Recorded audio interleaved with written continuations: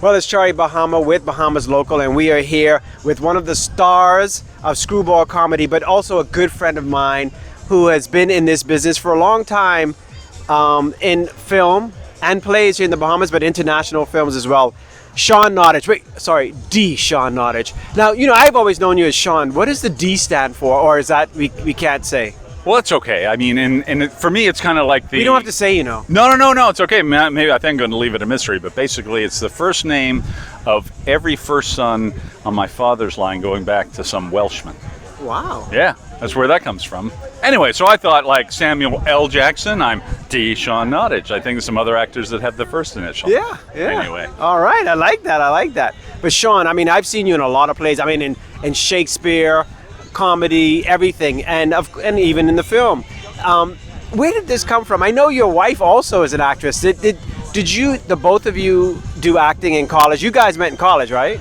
We met in boarding school, and we both acted then. Yes. And another story. I met Kara here in the Kelly's Home Center family's living room. Another interview. But we did acting in high school. We starred in our high school musical together. Two different schools coming together because I was at an all-boys school, and then I did more work in college than Kara did. Kara moved to dance, but then when we moved here, we picked up with the Dundas and did a couple of the rep seasons with Philip Burrows and Nicolette and the whole thing. And that's when I cut my teeth with 12 Angry Men. Kara and I were in Other People's Money together. And we both won awards that year. That's right. And that was right before our first daughter was born. And then Kara obviously had motherly duties. Let me hit the stage after that. Yeah, wow, That's amazing. I mean, these two are my favorite. Whenever I can have the both of them together on a production that I do for television, I like them. They're amazing together. But the last time I had to have Kara with somebody else because you were busy doing something. Right. She had another husband. I had to find her another husband, right? I know. I got to say, they look good together. I know. No, but now tell me about this. This is amazing. Screwball comedy. I mean, this is the second year now. Tell me about this, and I spoke to David already about what it's helping, because it's not only a fantastic show which you must come out to, but it is also helping amazing charities. Absolutely.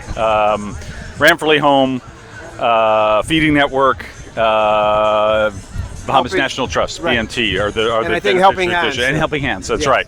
So a great charity dynamic, and in fact, the press conference for announcing to the press that all the benefit that the show goes to, it was really moving because there were testimonials from all of the organizations, and it gave a real energy toward what we're doing and trying to attract people to come see it. But yeah, screwball comedy written by Norm Foster, who's right over our shoulder there, one of the best Canadian playwrights. He's written almost 70 plays. Wow. Most of them, if not all, comedies. And this was inspired by, you may have seen in his note, his playwright's note, by the screwball comedy movies of the 1940s. No, Cary Grant. I love them. But yeah, Here's Go Friday and that. And that was part of our homework, was to watch those. So we got a feel for the swagger and the way people talked in those movies. He was just charmed by it. So he sat down at his typewriter, or more likely his computer, of course, and penned that masterpiece. I mean, it's really, really, the title doesn't give too much of an indication of how fun the dialogue is in this. And it was fun to learn it, fun to learn how to deliver it the right way. So come on out and you'll have a hysterical time. It's a real good show. I still don't, I almost not even watch the play. I'm just enthralled by how you can remember all these lines. I mean, how do you do that? Yeah, 91 pages the play is, and I believe I have 70 pages of dialogue out of those 91. So it's a lot, but eventually it's just repetition and feeling what's going on in the conversation and feeling the arc of a conversation, and then you kind of piece together the lines. It's as if 6 or 8 lines are all one line, and then you're responding as you do, and you have the energies. But yesterday was the day. We ran it twice yesterday, once this afternoon, and then we opened tonight.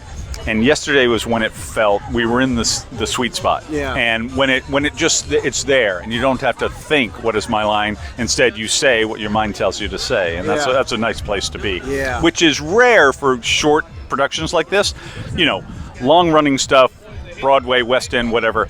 You get into it and they can do it in their sleep, and they run for months and months. With this, you want to get crystallized in just a nice way so that you get the 2 weeks are rich. Yeah. Well, this is the thing. This is why you have to come to this show, because, you know, in the Bahamas, a lot of us have second jobs. So in the States, West End, everything, this is all they do is this. And as you say, they do this for months and months. So it just crystallizes. For you, you have something else to do, and then you have to remember this stuff for a short stint of 2 weeks or something. So this is remarkable. Yeah. And I should add that is the joy as well as the challenge for me, is working with these actors who are full-time actors. That's all they do, whether it's theater, television, film.